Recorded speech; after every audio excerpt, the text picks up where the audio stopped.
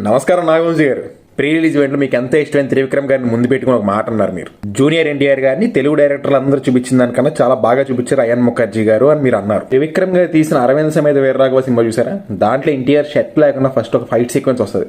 ఇప్పటికీ కూడా పిచ్చెక్కిపోతారు జనాలు చూస్తుంది. ఆ సీన్ లేకుండా ఎన్టీఆర్ గారు ఏవీ ఎక్కడ ఉండడం కూడా ఉండట్లేదు ఈ మధ్యన. RRR మూవీలో ఎన్టీఆర్ గారిని ఎలా చూపించారు తెలుసా రాజమౌళి గారు?